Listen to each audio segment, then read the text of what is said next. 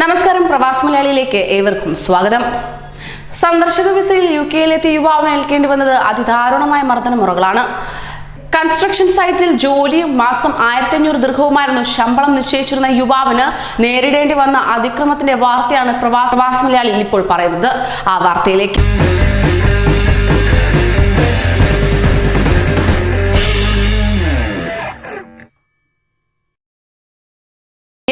ശമ്പളം ചോദിച്ച ഇന്ത്യക്കാരനെ ക്രൂരമായി മർദ്ദിക്കുകയും നഗ്ന വീഡിയോ ചിത്രീകരിക്കുകയും അത് പിന്നീട് സോഷ്യൽ മീഡിയയിൽ പോസ്റ്റ് ചെയ്യുകയും ചെയ്ത 2 ഇന്ത്യൻ പൗരന്മാർക്കെതിരെ ദുബായ് കോടതിയിൽ വിചാരണ തുടങ്ങിയിരിക്കുകയാണ്.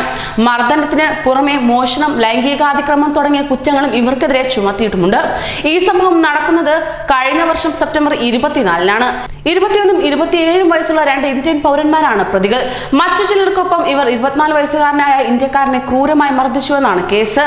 മർദ്ദനമേറ്റ യുവാവ് പോലീസിൽ പരാതി നൽകുന്നത് തടയാൻ ഇയാളുടെ മൊബൈൽ ഫോണും പാസ്പോർട്ട് പിടിച്ചുവെക്കുകയും ചെയ്തു.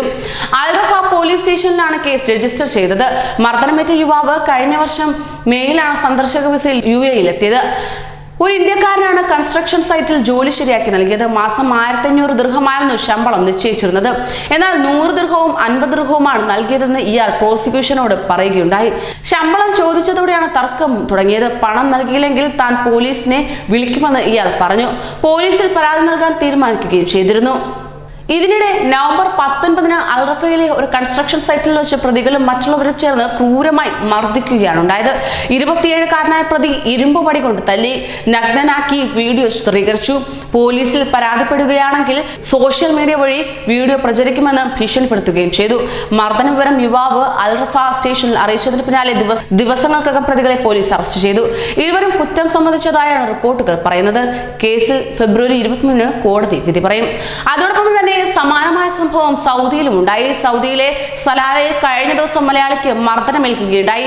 മുളക് പൊടിയെറിഞ്ഞ് മലയാളി യുവാവിനെ കവർച്ച ചെയ്യാനുള്ള ശ്രമമാണ് നടന്നിരുന്നത്. സലാല നഗരത്തിന്റെ തെക്ക് ഭാഗത്തുള്ള മുൻതസാർ റോഡിൽ കഴിഞ്ഞ ദിവസം പുലർച്ചെ 2:30-ഓടെയായിരുന്നു സംഭവം നടന്നത്. ഇംഗ്ലീഷ് ലാംഗ്വേജ് സെന്ററിനടുത്ത ഫുഡ് സ്റ്റാഫ് കടയിൽ ജോലി ചെയ്യുന്ന പാലക്കാട് സ്വദേശി ഹമീദിന് നേരെ സിറ്റി ലൈറ്റ് റെസ്റ്റോറന്റിന് സമീപമാണ് ആക്രമണം ഉണ്ടായത്.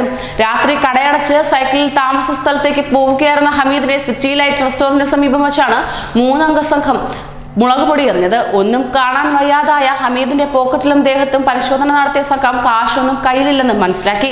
തുടർന്ന് കുതറിയോടിയ ഹമീദ് അടുത്തു തന്നെയുള്ള താമസ സ്ഥലത്ത് പ്രയാസപ്പെട്ട് എത്തി ഒച്ചവെച്ച് ആളെ കൂട്ടിയപ്പോഴേക്ക് 3-അംഗ സംഘം സമീപത്തെ തെങ്ങിൻ തോപ്പിലേക്ക് ഓടിമറിഞ്ഞു.